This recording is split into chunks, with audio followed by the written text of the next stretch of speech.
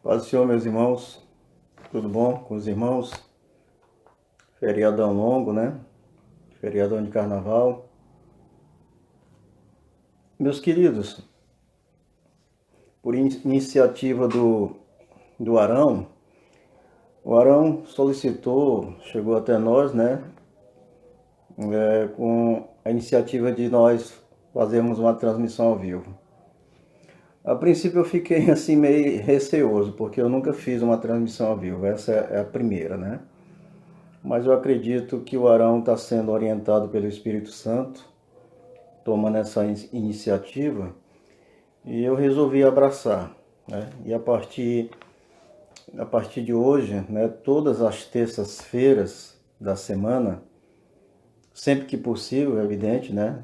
Talvez vai ter dia que talvez eu não possa ministrar esse comentário da revista, mas sempre que possível eu vou fazer o máximo para mim estar ministrando esse comentário. Nós vamos fazer isso de forma bem resumida, né? Por quê? Porque nós entendemos que uma transmissão ao vivo, ela não pode ser muito longa, né? Até porque você vai estar assistindo do seu celular, né? E às vezes é um incômodo você passar uma hora olhando para a tela de um celular, né? Então eu vou procurar ser bem resumido nesse comentário. É o comentário da lição de número 8, que nós vamos estar estudando ela, explanando ela, os professores, agora domingo. E de antemão, esse comentário é para a gente direcionar o norte, para que todos os professores eles tenham a mesma compreensão, né? Ou seja, o mesmo caminho didático a seguir. Então, meus queridos, a lição é a lição dessa revista do nosso trimestre, né, o verdadeiro pentecostalismo. Diga de passagem que nós somos pentecostais, nós da Assembleia de Deus somos pentecostais. E a lição comentada pelo pastor Ezequias Rodrigues, um homem extremamente preparado, né, um teólogo de mão cheia, é uma lição que ela fala acerca da nossa identidade, nós como pentecostais da Assembleia de Deus. E o título dessa lição, essa lição de número 8, é Comprometidos com a Palavra de Deus. De antemão, eu quero dizer para os irmãos que nós só podemos ser comprometidos com a Palavra de Deus se nós conhecermos ela. Não há possibilidade nenhuma de você se comprometer com a palavra se você não conhece a palavra de Deus. Essa é uma realidade. E nós entendemos que nesses últimos tempos está sendo uma falha muito grande, né, da membresia em geral, em não estudar a palavra de Deus. E a gente percebe isso pela própria participação nas escolas bíblicas dominical.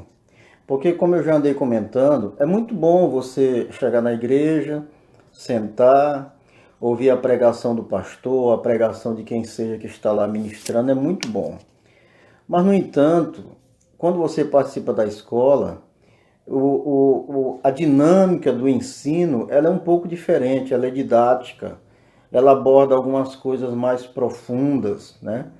E é o local onde você pode indagar, pode tirar suas dúvidas e assim se preparar e conhecer mais a palavra de Deus.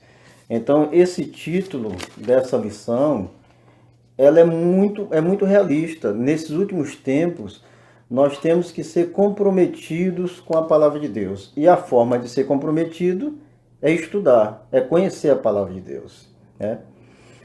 O nosso texto áureo, ele está lá em Lucas, capítulo 11, somente o versículo 28, que diz o seguinte: Bem-aventurados que ouvem a palavra de Deus e aguardam, né? A verdade prática nos diz: a autoridade divina da Bíblia deriva de sua origem em Deus. E isso por si só encerra a suprema autoridade das Escrituras como plena e total garantia de infabilidade, né?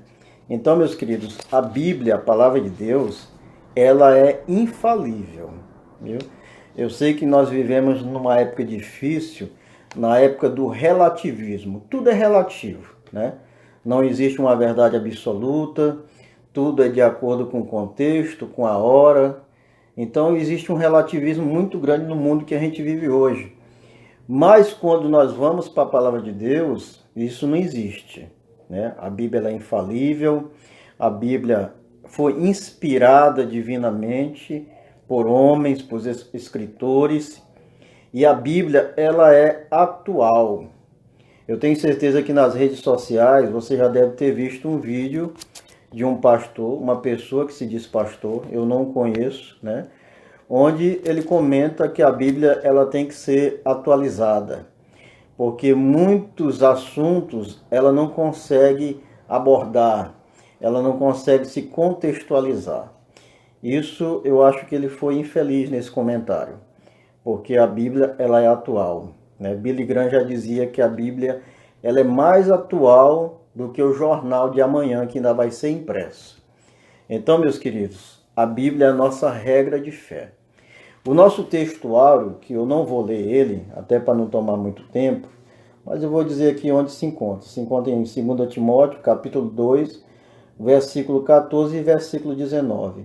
E segunda epístola de Pedro, né, capítulo 1, versículo 20 e 21. Né? Então, domingo, né, na escola vai ser lido essa leitura bíblica em classe. Eu não vou ler aqui para não tomar muito tempo, tá bom? E o objetivo dessa lição de hoje são três. Primeiro, afirmar a autoridade da Bíblia, mostrar o zelo pela boa doutrina e pontuar os cuidados quanto aos modismos.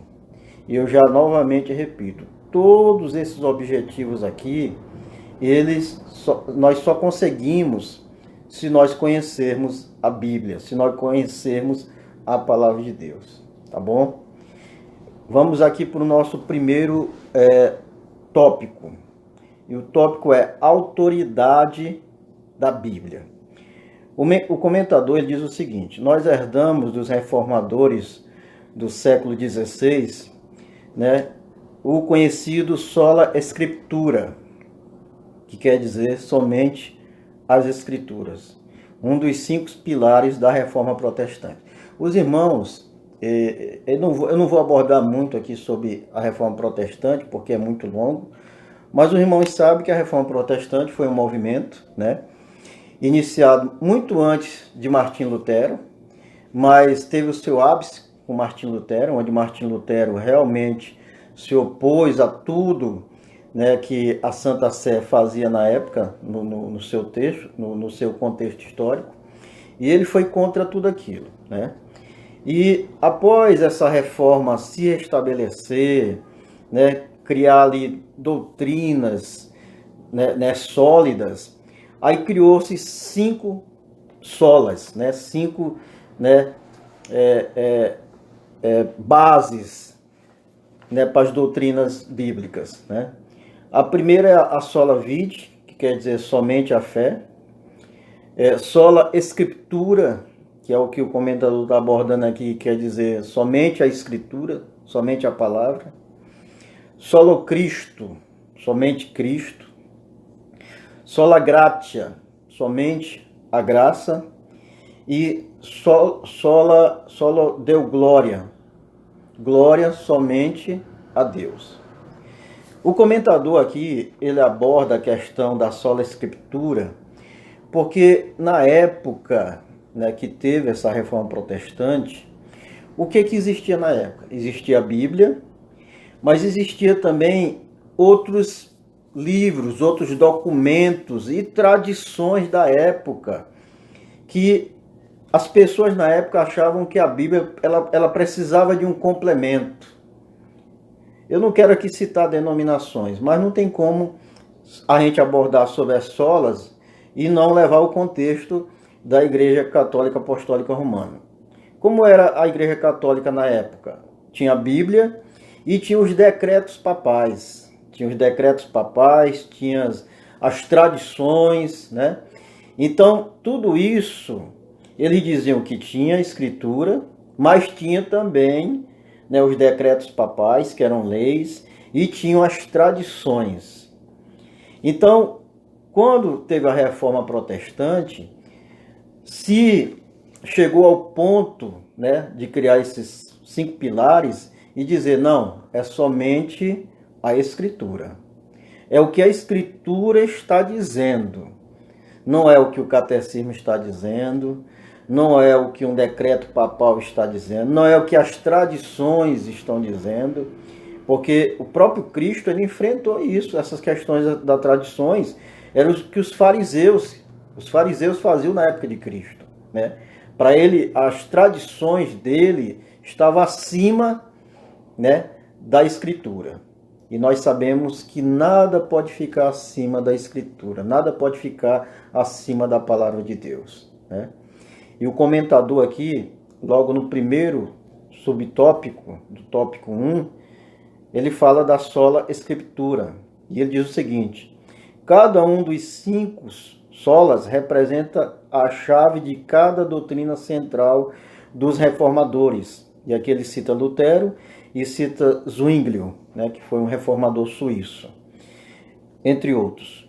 O brado de sola escritura significa que a Bíblia é a única regra de fé e prática para a vida cristã. E é por meio dela que podemos conhecer a Deus e entender a sua vontade. Olha só, a palavra de Deus, a Bíblia, ela tem 2 objetivos principais. Primeiro, foi revelar a Deus.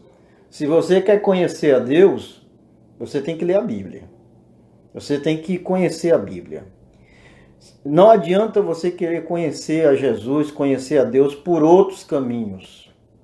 Evidentemente que tem livros, né, literaturas muito boas de você ler, mas nenhuma pode substituir a Bíblia. Porque é lá que o Deus Santo, o Deus Trino, ele se revela.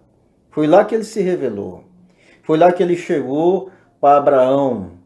Foi lá que ele orientou Isaac, Jacó. É lá que conta como ele pegou com a mão poderosa e tirou aquele povo do Egito e começou a fazer uma nação santa. Então, Deus se revela na Bíblia. Outra coisa, se você quer saber a vontade de Deus, é também na Bíblia. Não existe outro meio de você saber a vontade de Deus, porque foi lá que ele se revelou e foi lá que também ele deixou a sua vontade expressa para toda a humanidade, né? Então, a Bíblia é a regra de fé. Ela não precisa de complemento. Ela não precisa de um livro a mais. Não, a Bíblia ela está meio desatualizada, vamos complementar com esse livro. Tem a Bíblia, mas tem que ter esse livro. Tem a Bíblia, mas tem que ter esse texto. Tem a Bíblia, mas tem que ter essa revista. Não, não existe isso, né? Isso é um erro, né? A Bíblia ela é completa, não falta nada nela, né? Então, quando aqui o comentador ele já aborda a sola escritura, ou seja, somente a escritura, ela é verdadeiramente completa, não precisa ser acrescentado mais nada. Qualquer coisa que venha as pessoas abordar que precisa, meu querido, isso é heresia. Isso é modismo. A Bíblia não precisa disso. Amém? Subtópico 2. Nossos fundamentos, né? E o comentador, ele começa a dizer o seguinte: os pentecostais ainda são vistos por alguns não pentecostais e cessacionistas como um movimento que baseia suas crenças e práticas nas emoções e ensina a crença do cânon aberto. O que é isso? Nós pentecostais, nós somos alvos de críticas, mas são críticas infundadas, né? Críticas de pessoas que não conhecem realmente o que é o movimento pentecostal. Primeiro, tem os não pentecostais, que na grande maioria são as igrejas tradicionais. E a grande maioria dessas igrejas tradicionais, elas são também cessacionistas. O que é cessacionista? A palavra está dizendo. Eles acreditam que cessou, né? Ou seja, esse movimento do Espírito Santo que teve lá no começo da igreja primitiva, ele diz que teve ali por um objetivo para a igreja crescer, para a igreja se consolidar, para a igreja se firmar, mas a partir do momento que isso ocorreu, acabou, cessou, né? Então, a maioria, eu digo, das igrejas tradicionais tem essa visão. E nos criticam porque dizem que nós formulamos práticas e emoções de crenças no cânon aberto. O que é um cânon aberto? Esse termo que o comentador botou aqui. É de que a Bíblia ela ainda precisa acrescentar alguma coisa. Mas o que ocorre é que eles estão muito enganados. Eles estão enganados. Na realidade, nós sabemos, né, que quando os apóstolos deixaram os seus ensinamentos, os profetas e tudo, o cânon se fechou. O cânon se fechou e não existe mais nada a ser acrescentado, né? Eu não sei por que eles abordam isso, mas o certo é que nós consideramos plenamente de que o cânon ele está fechado. Tudo que precisava Deus revelar no Antigo Testamento, revelar por meio do Espírito Santo os apóstolos, os profetas, tudo já ocorreu. E foi encerrado o cânon, né? Mas aí eles se baseiam porque tem o dom de profetizar no nosso meio, né, que nós utilizamos. E utilizamos por quê? Porque o Espírito Santo ele está atuante. A obra ela está aí para ser feita. A obra ela está andando, a obra não parou, a obra não cessou.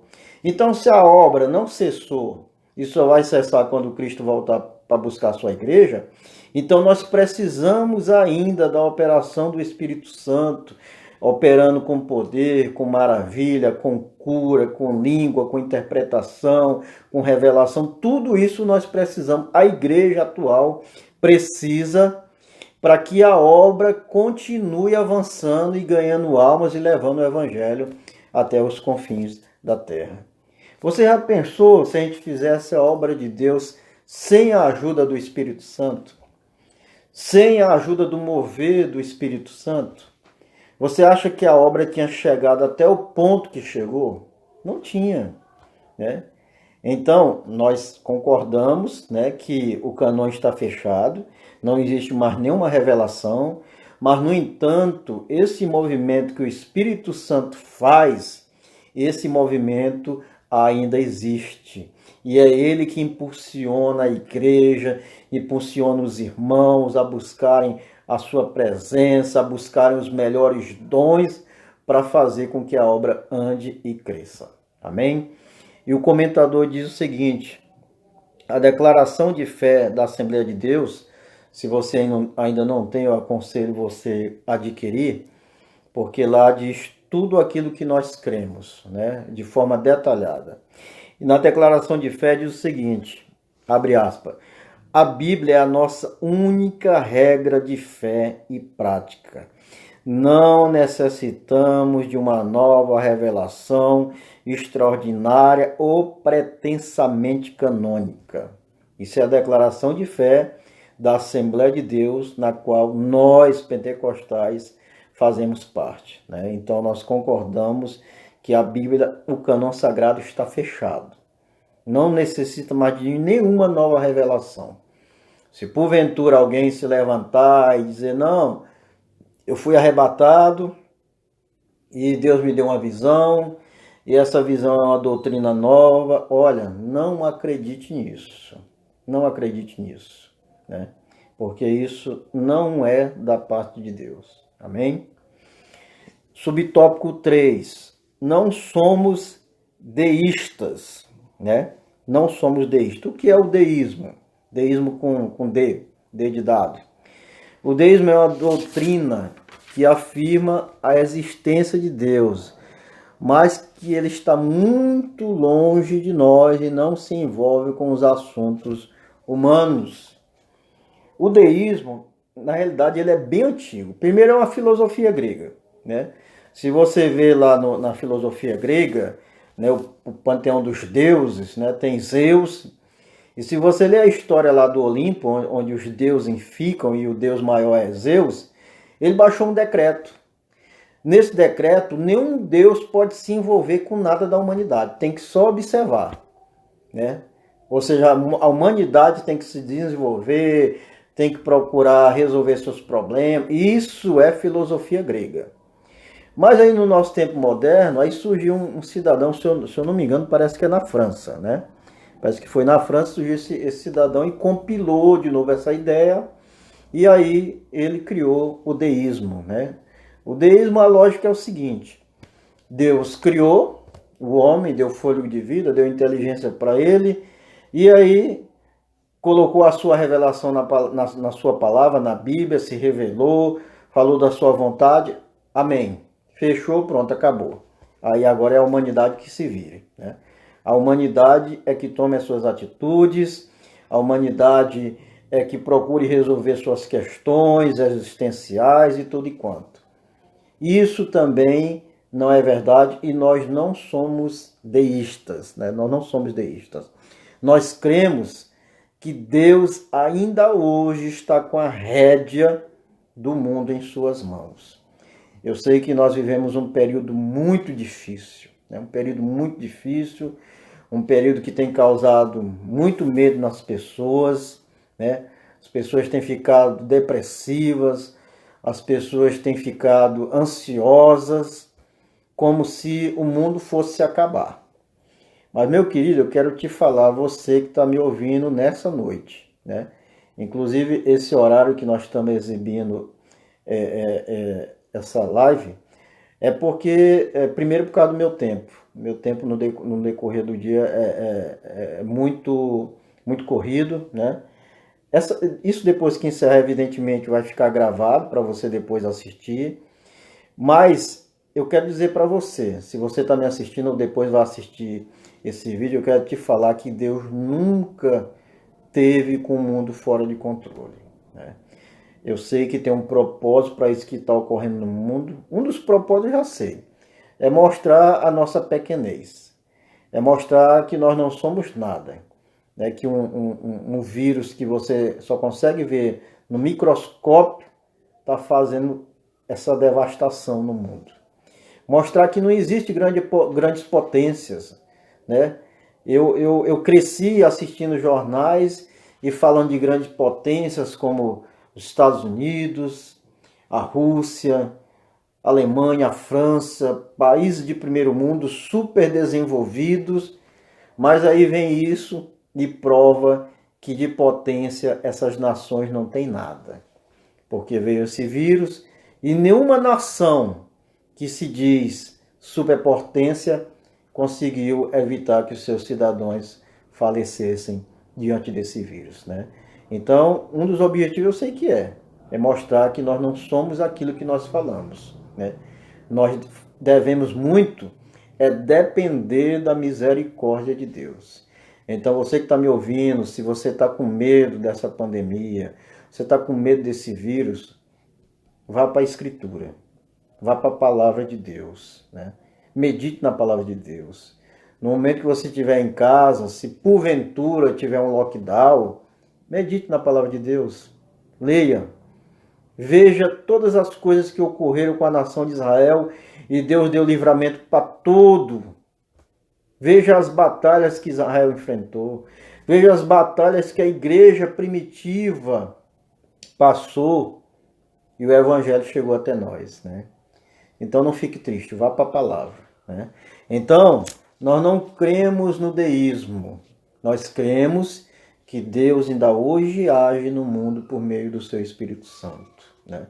Instruindo pessoas, instruindo líderes, governantes, né? Porque nós oramos e apresentamos esses homens, mesmo que eles não tenham credo religioso, nós apresentamos. E o Espírito Santo, nós cremos que o Espírito Santo vai direcionando, né? Então nós não cremos no deísmo. O deísmo é uma invenção da filosofia grega, né? Nós cremos que Deus está no controle de tudo, né? E o comentador ele faz até uma comparação, né, que cai muito bem com a questão do deísmo. Ele diz que é como um relojoeiro que dá a corda a um relógio e esquece dele. Assim são os deístas, né? Eles creem nisso, que Deus é como um relojoeiro. Trabalha minuciosamente, né, fazendo ali o relógio, dá corda nele e pronto. Dali em diante ele é que tem que trabalhar sozinho para poder marcar as horas, marcar os minutos, marcar os segundos. Não, Deus não é desse jeito não. Deus é um Deus detalhista. É um Deus que age na coletividade e age na particularidade de cada um. Esse é o Deus que nós cremos, né? E o comentador ainda diz o seguinte: Deus não está longe de cada um de nós. Ele está interessado no ser humano. O fechamento do cânon sagrado não significa que Deus abandonou suas criaturas e o seu povo. Você já pensou se realmente Deus tivesse abandonado a humanidade? Meu querido, já fazia tempo que o ser humano estava extinto na face da terra. O ser humano só ainda está na face da terra porque Deus está no comando, porque Deus tem tido misericórdia, porque Deus tem tido orientado pessoas. Deus está no controle, né? E com certeza Ele vai nos livrar, né, dessa terrível pandemia. E o comentador ainda diz o seguinte: nós cremos que Deus continua a se comunicar com seu povo por meio dos dons espirituais. Entretanto, essa revelação não se reveste de autoridade canônica para a igreja. Deus se comunica conosco pela leitura da sua palavra, pelos dons espirituais, sonhos, visões e até pelas coisas simples do dia a dia. Então, Deus, Ele está nos orientando todo dia. Todo dia Deus está se envolvendo nas nossas vidas, né? Então esse negócio de deísmo não é de nós pentecostais. Na realidade nós somos ateístas, né? Ou seja, nós cremos em Deus, né? Nós cremos num ser todo superior, supremo, que pode todas as coisas. Ou seja, nós somos teístas. Nós cremos no Deus Trino. Louvado seja Deus por isso. Vamos para a parte 2, né, da nossa revista, da nossa lição hoje, né, que tem o título que eu já falei, né, Comprometido com a Palavra de Deus. E o tópico 2, né, a segunda parte, fala zelo pela doutrina. Meus queridos, o zelo pela doutrina, da mesma forma, você só vai conseguir zelar pela sã doutrina da palavra de Deus se você conhecer ela, né? Conhecer ela para não estar pregando coisa que não tem nada a ver com a palavra de Deus, como conhecer para refutar e combater falsos ensinamentos e heresias, né? Então você vê que em todo comprometimento não tem jeito. Você tem que estudar, você tem que compreender de forma didática o que a palavra de Deus realmente quer na sua vida, né? Aí sim, você vai poder zelar por ela, zelar pela a doutrina pura, incorruptível, né? E o comentador aqui no subtópico 1, né, dessa parte 2 da revista, fala ensino ou instrução. E o comentador diz o seguinte: a palavra doutrina vem do latim doctrina, que literalmente significa ensino ou instrução. Meus queridos, um dos objetivos, né, da palavra de Deus, da Escritura, é nos ensinar e nos instruir, né? Ela é apta. Você observa que Paulo, ele chega para Timóteo e diz: ó, Timóteo, essa palavra, ela é divinamente inspirada. Ela é proveitosa para ensinar, para redarguir, corrigir, instruir em justiça, né? Essa palavra, meus queridos, ela tem a capacidade de penetrar a divisão da alma e do espírito. É uma espada de dois gumes. Somente a palavra tem essa capacidade, né? Junta medulas e de discernir pensamentos e intenções do coração, né? Então, para você zelar pela doutrina, você tem que ser instruído na palavra. Você tem que receber ensino da palavra. É por isso que os pastores congregacionais, eles convocam com muita ênfase para nós estarmos participando dos cultos de doutrina. Porque, meus queridos, tem muitos crentes que só participam no domingo. Isso é bom, amém, porque tem um domingo que participam. Mas, meu querido, para você ser ensinado, instruído, você tem que participar de um culto de ensinamento. Ou na escola bíblica dominical, ou então no culto de ensino da palavra de Deus, que é o culto de doutrina, na sexta-feira. Inclusive, eu quero convidar você a você ter um tempo de participar de um ou de outro, ou da escola bíblica dominical, ou então dos cultos de sexta-feira. Eu tenho certeza que você vai ser instruído e você vai ser ensinado. Porque somente desse modo é que você vai fazer como a igreja primitiva. Sabe o que a igreja primitiva fazia? Está lá em Atos, capítulo 2, versículo 42. Ó. E perseveravam na doutrina dos apóstolos. Ou seja, aquilo que os apóstolos ensinaram, instruíram a igreja primitiva, essa igreja perseverou. E ficou fiel, e cresceu, e viu as perseguições, ela resistiu às perseguições, cresceu no meio da perseguição. Mas por quê? Porque estava ensinada e estava instruída na doutrina, no ensino da palavra de Deus, né? E o comentador ainda diz o seguinte: isso significa que os discípulos permaneciam seguindo o ensino dos apóstolos. Neste caso, a palavra doutrina significa instrução e ensino. Estamos nos referindo aos ensinos bíblicos. Então, zelar pela doutrina é conhecer. É deixar ser ensinado, é deixar ser doutrinado, é deixar ser instruído pela palavra. Aí sim, você vai ser comprometido com a palavra e vai conseguir zelar por ela. Amém? Vamos para o subtópico 2 da parte 2 dessa lição. O conteúdo da fé. E o comentador diz o seguinte: a palavra doutrina se aplica também a um corpo básico coerente do ensino cristão. Como os credos, trata-se de um ensino sistemático sobre os dados da revelação. A fonte do conteúdo doutrinário é a própria palavra de Deus, auxiliada pela experiência cristã e com a ajuda do intelecto humano.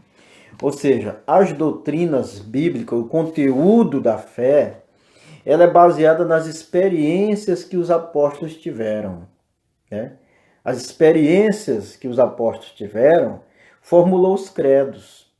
Por quê? Porque nós precisamos ter experiência, né, com Deus. Eu não me esqueço, né, de um testemunho de um homem de Deus que congregou conosco na Canaã. Eu posso até citar o nome dele aqui, né, o irmão Jaime. Eu tenho certeza que muitos irmãos da congregação Canaã se lembram do irmão Jaime. Um homem muito generoso, comerciante de mão cheia. Mas uma certa vez, ele me contou que teve uma experiência muito grande com Deus. Ele é comerciante ali do setor do mercadinho. E ele disse que teve um período de um ano que a mercadoria na qual ele trabalhava simplesmente se extinguiu. Ninguém tinha no mercado, né? Estava em falta. Nenhum comerciante não tinha, ninguém não tinha. E ele ficou preocupado porque era a mercadoria do sustento dele. Era com essa mercadoria que ele ganhava vida. E ele disse que começou a orar para Deus. Orou.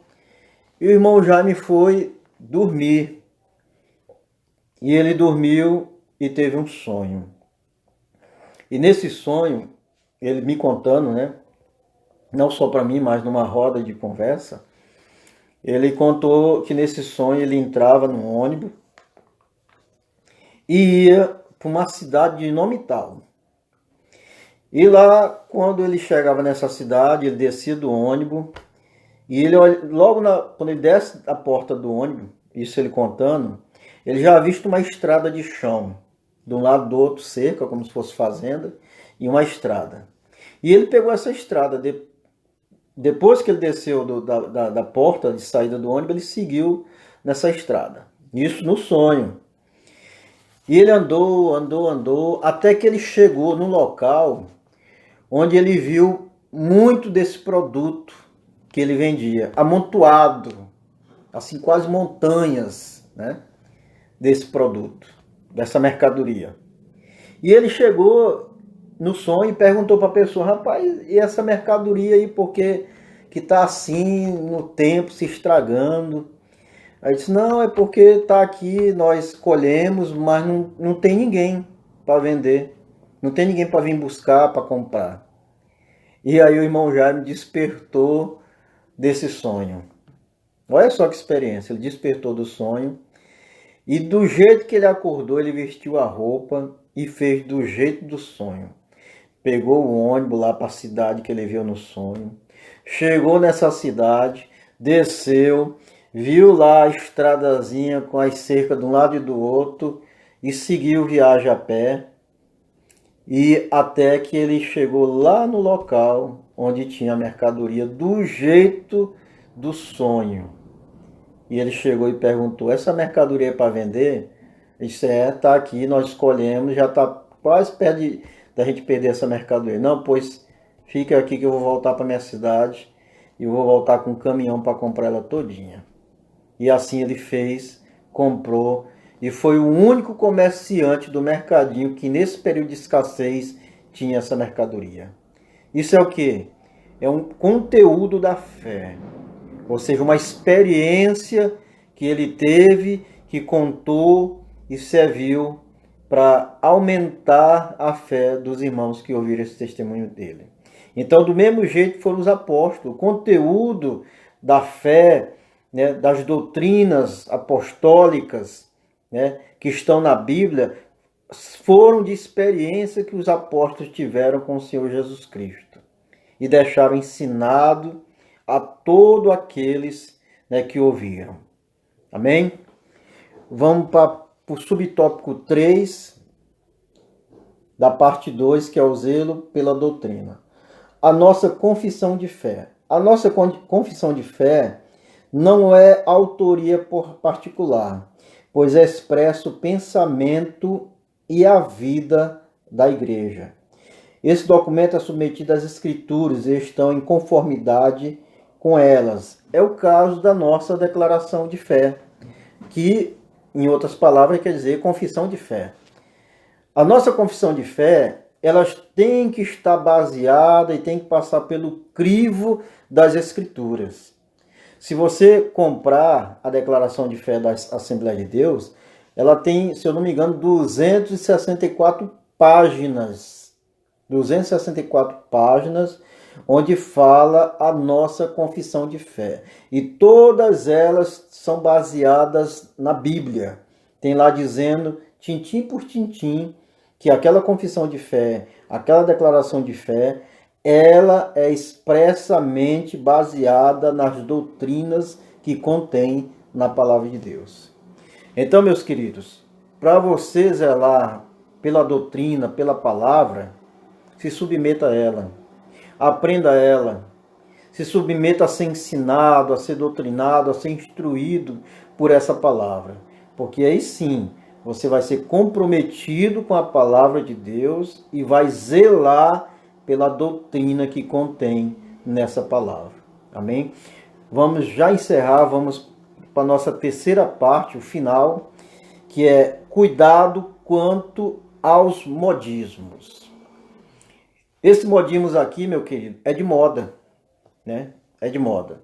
Os irmãos sabem muito bem o que é moda. Moda em geral, é passageira. Toda moda é passageira. Eu mesmo, quando me entendi por gente, eu conheci meu pai usando calça boca de sino, né?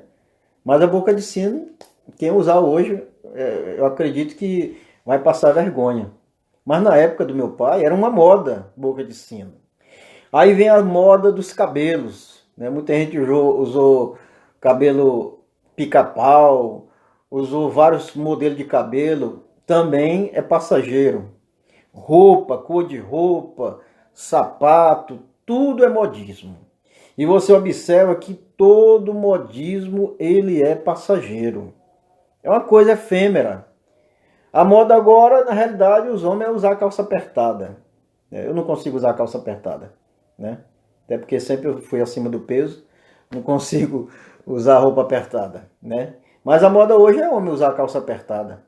A moda hoje, e já está adentrando na igreja, é o homem barbudo, né? Obreiros com barba, jovens com barba. Isso é modismo. Isso é modismo. E a gente observa que os modismos, eles vêm do mundo para dentro da igreja. E aí é onde é que você, novamente repito, tem que conhecer as escrituras para poder estar reconhecendo o que é modismo. Eu não estou aqui dizendo que ter barba é pecado, vai tirar sua salvação. Não estou dizendo que usar uma calça apertada vai tirar sua salvação, não. Eu não estou falando isso. Eu estou apenas dizendo que as modas, elas são passageiras. Então, se elas são passageiras, para que se apegar a isso, né? Para que se apegar a isso? O comentador ele diz o seguinte, no subtópico 1 dessa terceira parte última aqui da lição. Essa palavra traz a ideia do que está na moda, ou seja, o que está atualmente na moda, né? Isso aplica-se também no campo teológico. E no campo teológico, aí é onde é o perigoso. São os ventos de doutrinas que vêm e se vão, né? Ou seja, aqueles modismos que de repente surgem no meio da igreja. Aí, por ser uma moda, todo mundo quer se envolver. O perigo é que quando esse vento de doutrina ele vem e vai embora, ele leva você. O perigo é ele levar você, né? O complicado é isso, né?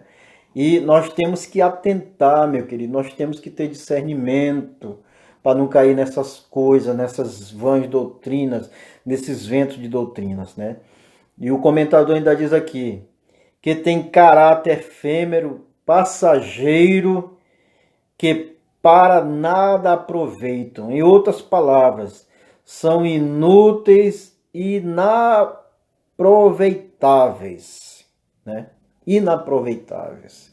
E ele ainda pergunta ainda, quem são? Quem se lembra, né? E ele diz um fato aqui do dente de ouro. Eu não era nem crente nessa época do dente de ouro, né? Essa questão de orar para nascer o seu dente na boca transformar um dente de ouro. Agora me pergunto, para quê? Para que um dente de ouro? Qual o objetivo, né? Então isso tudo são ventos, né? Ventos, né? Que muitas vezes são até heresias, né? Aí o comentador fala também a unção do caicai, aquele negócio de ficar derrubando o irmão na congregação, tem aqueles cultos avivados, e, né, e ali coloca a mão na cabeça. Eu não estou aqui criticando, meu querido, não estou criticando esse tipo de movimento, né? Mas, no entanto, a gente percebe que eles não são proveitosos para o crescimento da igreja, né? Pelo contrário, só faz mais a nós que somos pentecostais ser rotulados somente a isso e ser criticados, né? E o comentador ainda diz aqui, e a febre dos anjos. E ele ainda diz, e outras aberrações doutrinárias. Ou seja, quando se fala em anjo, parece que se acende algo na igreja. Como se o anjo fosse maior do que o Criador. Maior do que o sustentador da igreja, que é Cristo Jesus, né? Os anjos, na realidade, eles são cooperadores, que nem nós, né? Mas aí, eu não sei porquê, se tem essa fascinação por anjos, né? E nós temos que tomar cuidado com isso. E o comentador ainda diz o seguinte aqui, ó: não há como combater esses abusos e essas práticas exóticas sem o conhecimento adequado da palavra de Deus. É a única forma. Se você não tiver conhecimento da palavra de Deus, vai ser o contrário. Em vez de você combater, você vai acabar se infiltrando nesse tipo de coisa, por falta de conhecimento, né? Isso é perigoso. Isso é perigoso, porque essas coisas lhe cegam, tira o seu discernimento. Quando pensa que não, você está fora da igreja. E muitas vezes, a maioria das vezes, ainda fica um rebelde falando mal, né, da denominação que antigamente você participava. Então nós temos que ter muito cuidado, né, com isso. E o subtópico 2, ainda da parte final, a parte 3 da revista, diz o seguinte: procura apresentar-te a Deus aprovado. E o comentador diz o seguinte: essa qualificação vem do Espírito Santo. Apresentar-se a Deus aprovado significa estar disponível, testado e aprovado por Deus. Isso aqui, meus queridos, diz com relação a obreiros que não são aprovados por Deus, né? Obreiros que, em vez de contribuir para o crescimento da igreja, traz confusão, traz falsos ensinamentos. A Bíblia está no Novo Testamento, a Bíblia fala claramente disso aqui. Paulo combateu isso aqui: falsos obreiros, falsos profetas, falsos professores, falsos mestres. A igreja primitiva estava cheia de falsos obreiros, judaizantes, que diziam que você tinha que seguir a Jesus, mas tinha que seguir as tradições, tinha que seguir a lei, tinha que se circuncidar. Paulo combateu muito isso aqui, mas por quê? Porque não eram obreiros aprovados por Deus. Aí vem aquela frase que nós sempre ouvimos, nós que somos obreiros, ou você que quer ser obreiro, esperar a vontade de Deus na sua vida. Porque se Deus lhe quer como obreiro, Ele vai lhe chamar, vai lhe capacitar, vai lhe discernir e vai lhe dar, né, capacidade para você trabalhar na obra de Deus, né? Deus é que qualifica o obreiro. Outra coisa, a primeira característica que você observa nesses falsos obreiros, esses obreiros que não foram aprovados, é que eles são desobedientes. São desobedientes. Não aceitam doutrina, não aceitam exortação, né? Você observa logo de cara, são desobedientes. Subtópico 3, como obreiro que não tem do que se envergonhar. E o comentador diz: o termo obreiro, tanto em grego quanto em português, vem de obra, trabalho, e tem significado amplo no Novo Testamento, no sentido literal. Refere-se ao trabalhador do campo. No sentido metafórico, todos os que se dedicam à obra de Deus. Então, você que está me ouvindo, que não é obreiro, aquele obreiro que vai lá no púlpito, que veste terno, eu quero dizer para você que você é obreiro. Sabe por quê?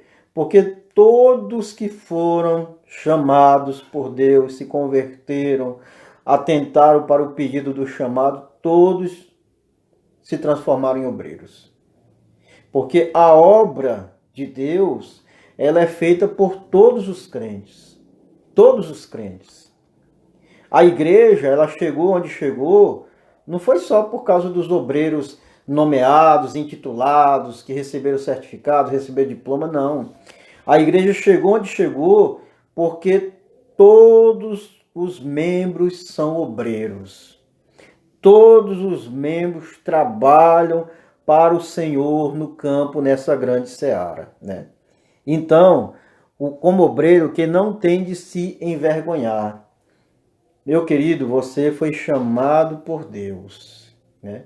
Se você quer fazer algo na obra de Deus, não tenha vergonha. Se dedique, se empenhe no aprendizado da palavra, no dom que Deus lhe deu, e eu tenho certeza que você não vai se vergonhar. Amém?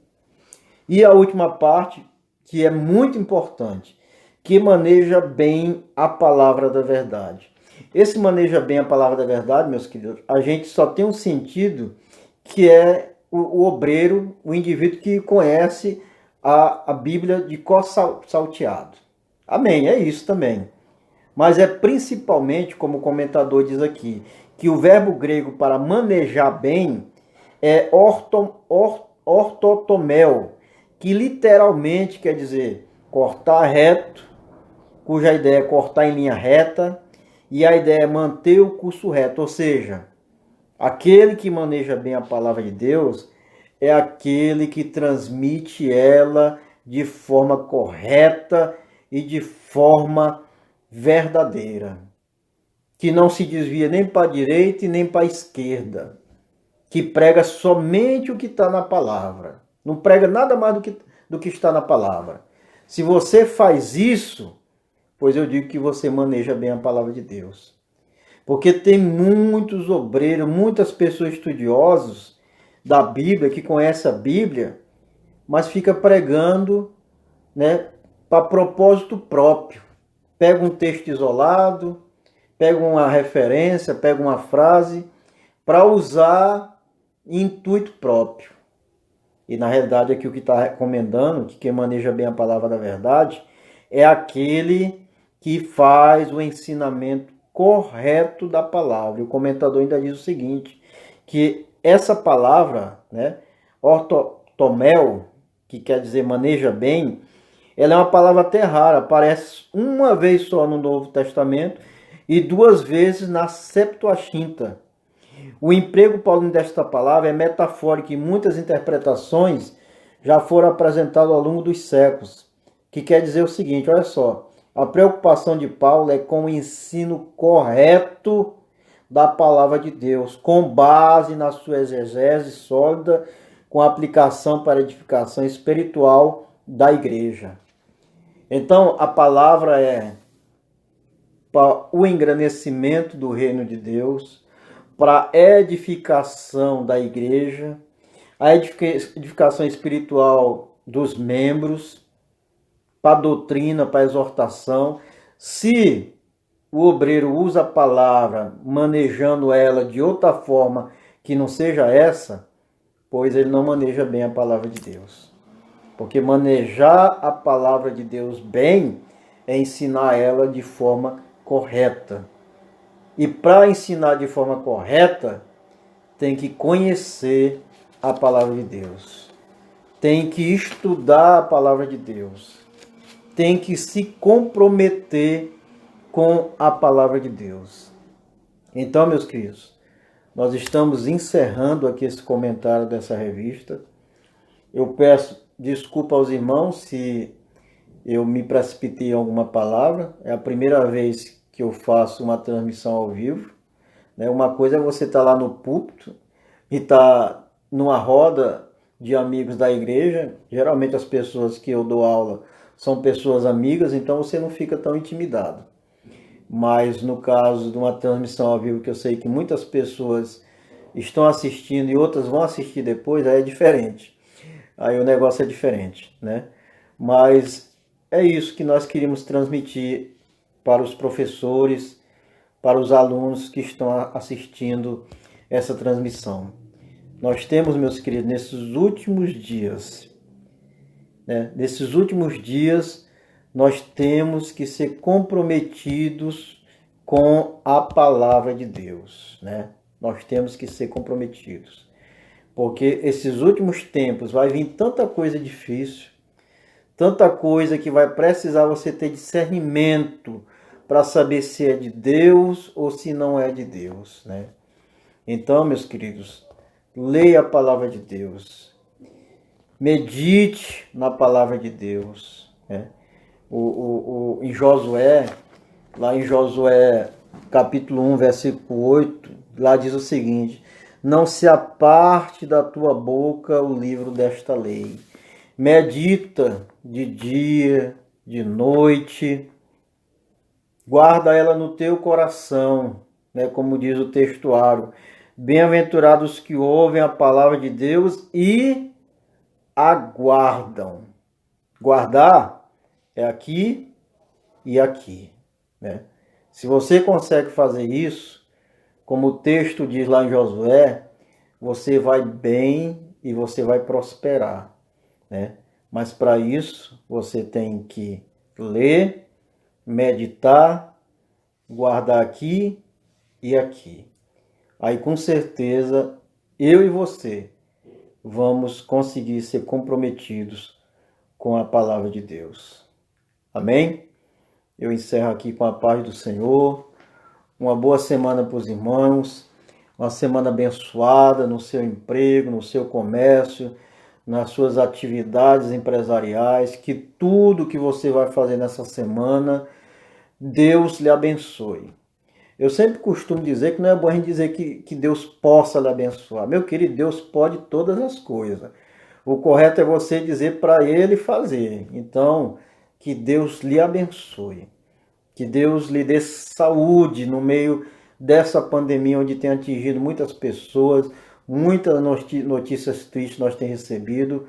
Mas o Senhor tem lhe protegido e vai continuar lhe protegendo. Amém?